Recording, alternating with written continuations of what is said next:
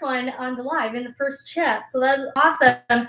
I thought we would take today, and hopefully I'm not cracking this time. Let me know if the mic is cracking or anything. I just got off a live with Zeke bars, and that was so much fun. I had like Janae on it. I had Little Taylor, Brielle, all my BFFs. What's up, Nia? Welcome to the live. Today, I thought would be a really good day to you guys ask me your questions about recovery. Recovery is such a big thing in athletics, and I brought my roller out here because we could just go over some like essential rollouts and stuff, but recovery is so important. It's like you could have the best training day, but if you don't recover the next day, then it's going to be really hard to do gymnastics, really hard to do your sport. I had competitions where I competed one day, and then the next day I had to compete the whole like 4 events. So recovery is a big, big, big thing. Rita asks, how are you? I'm doing great. I'm doing a lot better. Again, ups and downs. But today I just got off the Zeke Bar Live. I've gotten a new motivation to really focus and work on my music. I got new videos up on my YouTube channel. So I'm really happy that content is helping me just helping me through this whole stay-at-home time. And it's creating that's been helping me, whether it's music, videos, editing, all that stuff. So it's been really keeping me busy, and I hope that you guys are enjoying my videos that I'm making. So I would like your guys' questions. We have Prisha on here, Vanessa, Annie, Tatiana, Braylee, the tiny little tuber. Oh, cute. Michaela, Gymnast Queen 87, Lisa, Violet, Landy, what's going on, people? Okay, so I'm just going to go through your questions. Annie asks, did you all recover together after meets at UCLA? Yes. So we had to drink cherry juice. Cherry juice was like a big, big thing that we did at UCLA. Everyone always got a bottle of cherry juice. And cherry juice is an anti-inflammatory, and it's got a lot of antioxidants in it. So if you look up all those, like what anti-inflammatories and antioxidants do. Basically, when you are working your muscles, you're building a lot of lactic acid. And what anti-inflammatories does is, like when you do and you work out and then the next day you're like really sore, it just helps your muscle and all those things just like stay moving and not moving, but help it not get so stiff. So when we competed the next day, literally the day after, our whole bodies were not healed, but our whole bodies were able to compete at its best ability. But we always had to drink cherry juice. Ice was a big thing. So if we had an injury kind of more in our joints, we would have to ice. I would say we've talked about ice baths before, and ice baths are really good, I think, if you have time to recover the next day. Sometimes ice baths are hard because I found they never helped me. I found that when I went in an ice bath and then the next day I was still stiff and still sore. Ice baths are mainly so that your muscles and all your joints don't like inflame so much so that you're not so sore the next day. But I also found that ice baths, you need time to heal. Like sleep is literally sleep in water. Sleep in water is one of the best recovery things you can do. At UCLA, we also had to drink a certain amount of water because water helps keep everything and all the lactic acid just keep moving and like out of your body. So it's not building and it's not stiffening up your muscles. But lactic acid and sleep is like the main healer of all things. And because you're resting, your body's at rest. And when you take an ice bath and you only get 2 hours of sleep, your body, or 2 hours, like maybe 5, your body doesn't have time to like heal itself in order for the full effect. So I like your guys' questions. Ooh, okay. So Gaming with Alex asks, how do you recover a teared ACL? So ACL, it really depends. There are, from what I understand, I'm not a surgeon, but from what I understand, there are different types of ACL surgeries. There's a cadaver, which is taking a dead person's tendon or like a dead something's tendon. That's what I had the first time. And normally I did it the first time because I didn't want to use any of my own tendons because I already had pre-existing knee problems. So I didn't want to like add onto my existing knee problem. So I used someone else's tendon, or it was either like an animal or something, but it was a new technology. My friend got it, and basically it was safe to use, but the risk is that it may not take to your body. So what happened is when I got that ACL, it literally disintegrated in my body because it just didn't agree with me. So I ended up doing a patella tendon ACL, which is like the front of your knee. So you can take your own tendon, you can do a hamstring. How I recovered for that though is listen to your doctors, listen to your nutritionists, and also physiotherapists. They know how to get you back. And also don't rush recovery. A lot of the times when people are trying to recover from injury and all that stuff, they rush back so quick. And so what happens is that they'll get back and then they'll have to take like 10 steps backwards because they're hurting even more than what they should have. And so ACL is one of those things, it takes a year. Yes, it's a year to heal. It's a long time. But for your ACL and for that whole year, celebrate those little moments. I say this all the time. Celebrate when you're able to do a squat pain-free. Celebrate when you're able to do a lunge for the first time, because that's what's going to help you get through the rehab. If you are really excited about the little steps, because rehab is so boring, it's so monotonous, it's like the same thing. But that's what kept me going during my rehab and my ACL surgery. Okay, let's see. Ooh, Landy asked, hi, I recently got a fracture in my back. No! Did you ever deal with anything like that? Yes. I have had back injuries. I've had, I had this thing called spondylolisthesis and spondylosis. It's really a mouthful to say, but it is basically your spine is like this. It's a fracture, or like this thing, it holds it from slipping or something like that. It's a fracture in your back and your spine starts slipping. I had so much back pain. Like I couldn't even pick things off the ground without like crying. Or if I sneezed, I would start crying because I was in so much pain. So how I recovered from that is the doctor told me I need to take a full year off gymnastics, or else if my spine slips any further, he basically told me that I could potentially become paralyzed waist down. And I was terrified of that. I did not want to be in that boat at all. So I immediately stopped gymnastics. I immediately stopped all physical activity. And honestly, it's scary when you are recovering because you think that you're not getting anywhere. And for me, it's like, oh, I have to take a full year off. Are you kidding me? So when I had to do that, you feel like you're not improving, but the way that you are improving is giving your body a break. That's also 10 steps forward. So you have to realize too, it's something that I had to realize, that taking time off was also saying yes to myself and for the ability for my body to like heal and all that stuff. So, okay. Marnie asks, how do you deal with leg pain and aches? I still deal with leg pain and aches. My thing that I always say is don't limit yourself to one type of like recovery. I know some of my teammates tried cryotherapy. I did acupuncture. I also love cupping. Cupping, if you've not heard of it, it's like when they cup you and they leave like the circle marks and stuff. I actually took a cupping course just to help myself and understand what cupping does. Cupping is one of my favorites. But for sure, making sure that if you knowing what your body needs and trying different things to see if it helps, because I hate needles. Unfortunately, I respond really well to acupuncture. Like my body loves acupuncture. I hate it, but I know my body responds well to it because I tried it. And so I don't think there's, if there is like a harm in you trying it, then, proceed with your own caution. Ask your doctors, ask a professional. I'm not a professional, so I'm just telling you what works for me. I think that I wanted to try a bunch of different things to see what helped me deal with aches and pains. Now, currently, warm water, like a hot tub or hot baths, really help my knee. Also, cupping helps. Like if I just cup around my knee, gua sha is like the little jade, like rock thing that you try and like dig up the scar tissue. So that also really helps me. But again, like it's not like I started gymnastics with all these things. I had to like learn along the way which ones worked for me. Da, da, da. Let's see. Okay.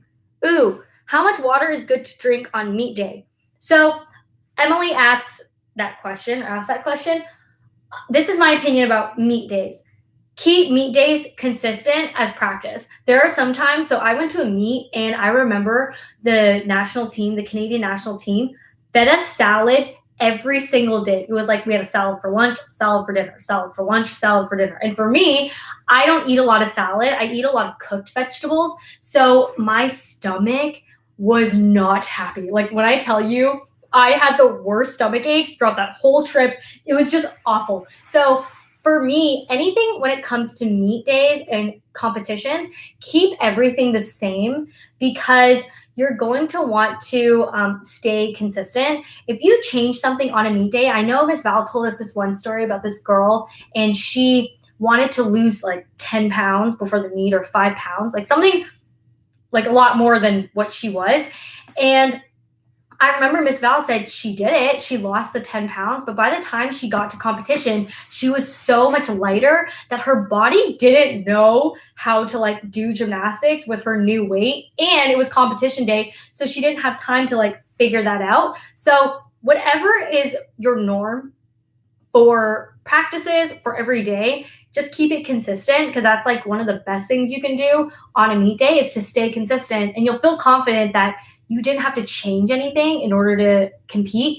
A lot of the times we have this mindset where we're like, we need to be different. We need to do something different in order to like be better at this competition, like do something last minute to help us like in competition, when in reality, if you keep everything the same, it's going to help you because you're going to compete like how you practice in practice. And if you do have great practices and you literally don't think about, what you eat on this day compared to this day compared to this day, like you normally just go about your daily life, you eat, you drink water and you go to practice. And then so when you come to competition, you should just keep it the same. That's my best advice because I think that consistency is key. Yeah. All right, let's see what other questions. I love the engagement in this video. It's great. I like gaming with Alex says, I'm back again. Great. Glad to have you back. Let's see. Ooh, okay. Ella Souter asks, you are an inspiration. Also love your videos. I love you too. Thank you, fellow penguin. Did you ever get nervous before a competition? Yes. I used to get so nervous. I think I still get nervous. Like even if I have to do like, sometimes I'll sing the national anthem. I am shaking. Like I'm so nervous. And the one thing that helped me with my nerves is, you know what? Whatever happens, happens. And I tell myself that all the time. Whatever happens, happens. Let's just enjoy ourselves and do our best. And most of the times when you feel like you're enjoying yourself and you're having fun, you don't even think about your nerves. Like say if you are having the most fun somewhere and you have fun in practice, you're not really nervous to have fun. You know what I mean? Like you're more nervous of the fact of how you're going to do. But if you accept the fact of like whatever happens, happens, I'm just going to have fun in whatever I do, I'm going to be proud of. So that's how what really helped my nerves, and just smiling in competition really helped me. Okay, so Rita, I love this question because I feel like I get this question a lot too. What is the best way to recover quickly? Okay, so my advice on recovery is that I don't know if you're going to like this answer, but there is no quick fix to recovery. Recovery takes time. Like if you are injured, it takes time to heal. It's not like you're going to miraculously be better the next day.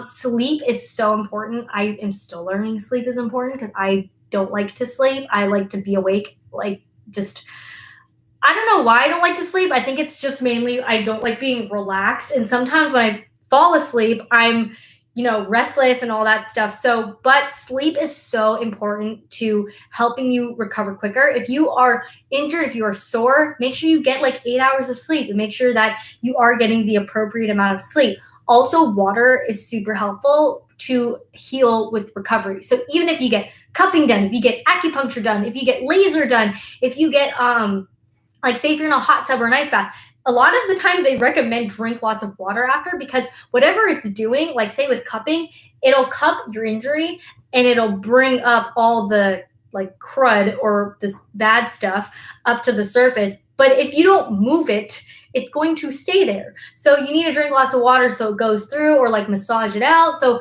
a lot of the times, quick fix recoveries are found when you test different things so that you know what's best for your body, because what works for me might not necessarily work for you too. So my advice is to always have an open mind. But if you do want to help your recoveries, water and sleep is like probably something you can't go wrong with, that's going to help you. But also take the appropriate time. And as much as you are tempted to come back and do whatever you are doing, always take your time to come back. Because when, like, say a rolled ankle, if you go on it and you roll it a little, just a little the next day, it's going to like take you back like another week. So you don't want that either. So hopefully, that helps you too. Okay, let's see. Ooh, I like this question. Nina Gonzalez, I got really excited. I don't know why. How do you deal with competition days that you're not feeling well, feeling 100%, feeling 100% mentally or physically? I have competed when I was sick. I've competed when I was slightly injured. How do I get there mentally? A lot of the times I have to sit there. One time I was so sick. I had the flu, and I remember like the coaches asking me like, "Are you okay to compete?" Because like I didn't train the past couple of days because I was so sick. And I just said, "You know what? I'm okay. I'm just going to do it. I just need to sit down." Like I will do a routine and I will do a skill, and then I needed to sit and take my time. How I got through the competition was literally just thinking, I know it sounds weird, but okay, this is gonna be over in like, it's just a minute and a half. It's just a minute and a half routine. Like I can last a minute and a half. So when I am about to go and do my routine, I really, really, really had to keep telling myself, you can do it, you can do it, you got it. Because if I even for a split second thought, I am so sick right now, you are up for injuries. Like you could, your mind just is elsewhere. So you also don't want to put yourself in harm's way of you thinking that you're going to get injured or something bad's going to happen. Because as soon as you have that little thought, it's now dragging you from doing your best. So say if like this is like my good angel and my bad angel is telling me like, "Ew, you're sick, you can't do it, you're stuffed, you can't breathe, blah, blah, blah."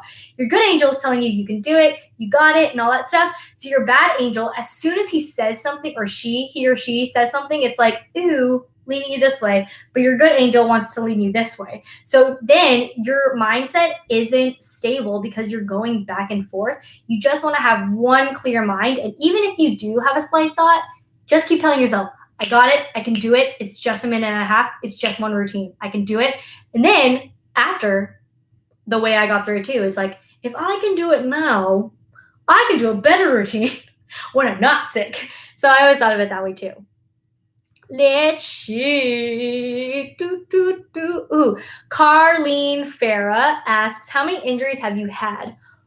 Way too many. Oh my gosh. I've had a thumb surgery, which I thought was the most stupidest surgery ever. It was, I basically was catching a pack and my thumb like pulled back. So I tore this muscle and I needed surgery on my thumb. I've had 3 surgeries on my knee.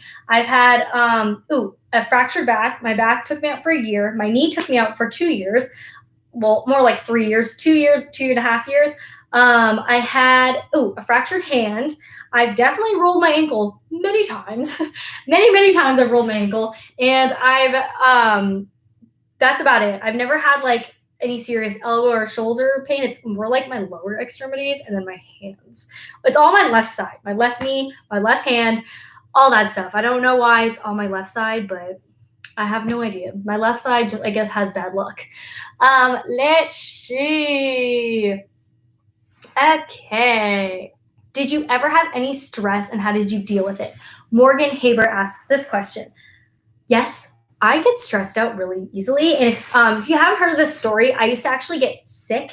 Like one time I was so stressed out just about school, just about teammates, and just everything in college was stressing me out. Friends, studying, gymnastics, and I physically got sick. Like I had a if you guys know what canker sores are, they're like the little holes that you get in your mouth and they sting. They hurt so bad. I used to get canker sores when I was stressed out. And this one time my stress level was so bad, I ended up getting like a fungal infection in my mouth. And I'm like, what the heck? Like, I don't know what this is.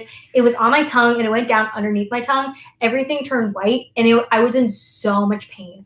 I was talking and my mouth would start bleeding because it hurt and it would split that bad. I went to the doctor. No one knew what was wrong with me. They tested me for infection. They tested me for diseases. I had nothing. Everything came back negative. I finally went to an ear, nose, and throat doctor, and they said that it was a fungal infection. And I'm like, how the heck did I get a fungal infection?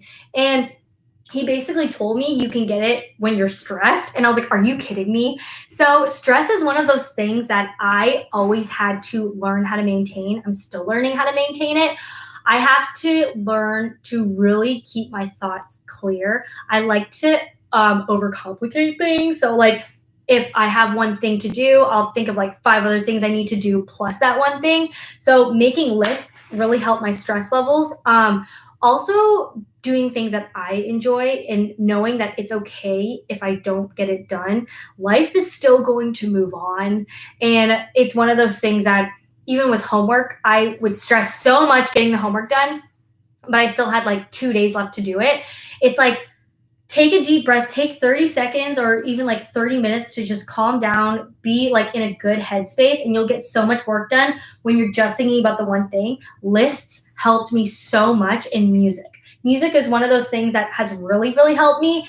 And I've been writing my own music. I've been writing my own songs, which I have not released any of it yet. That is like, that will be a day I will vlog for sure if I release my own song, or when I release my own song, because that's like, that is the goal, but it's also the very scary goal of mine. But again, music helps me be with my thoughts, really understand why I'm stressed, and really helps me move on from all that emotion.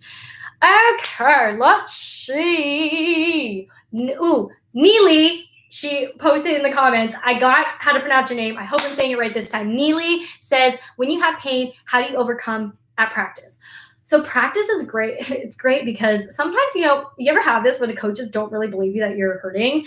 I've had that a lot where if you're hurting and the coach is like, you're not hurting, like you're fine. And then they kind of like, really want you to get better. So you're just doing routine after routine and all that stuff. How I got through practice, honestly, I would have to tell my coach sometimes that it was way worse than it was some days.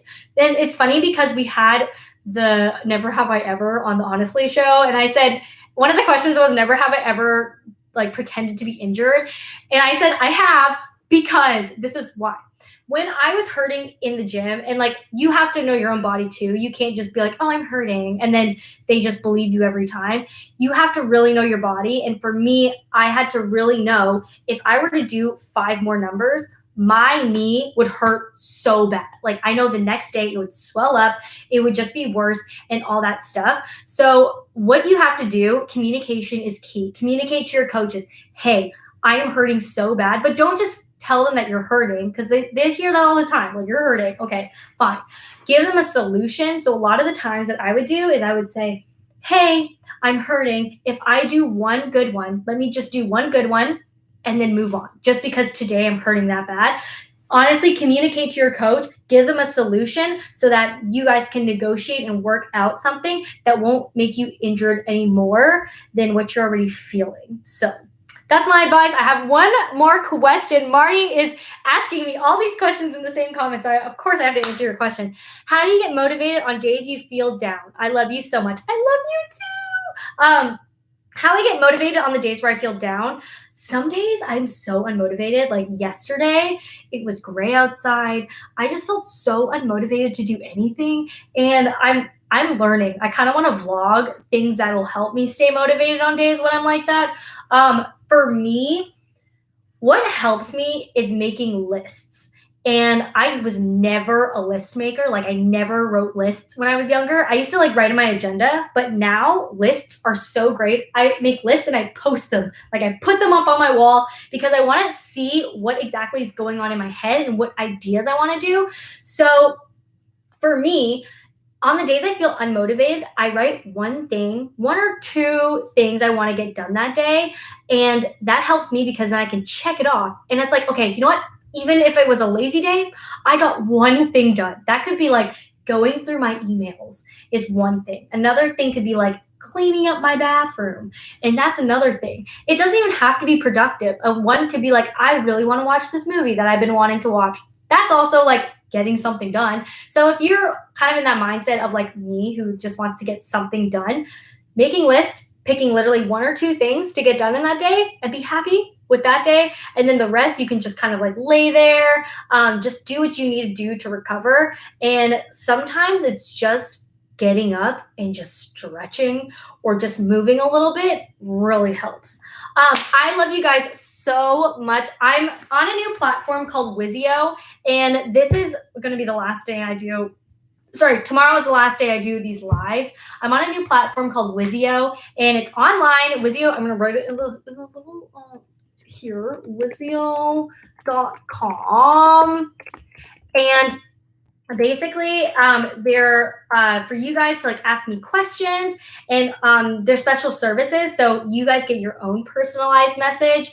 It's kind of like one-on-one mentoring, one-on-one coaching, anything you guys want. You guys can send me a video of your gymnastics. I'll give you tips on like how to improve it, how to make it better. So I'm on this new website called Wizio.com. I'm just getting the link, so stay tuned for that. I have the pre-link. It's not quite up and running just yet, but because you guys are here, I'm going to give you my undivided attention and give you my link, because I haven't, like, I'm still editing the profile, so the profile is still kind of like up for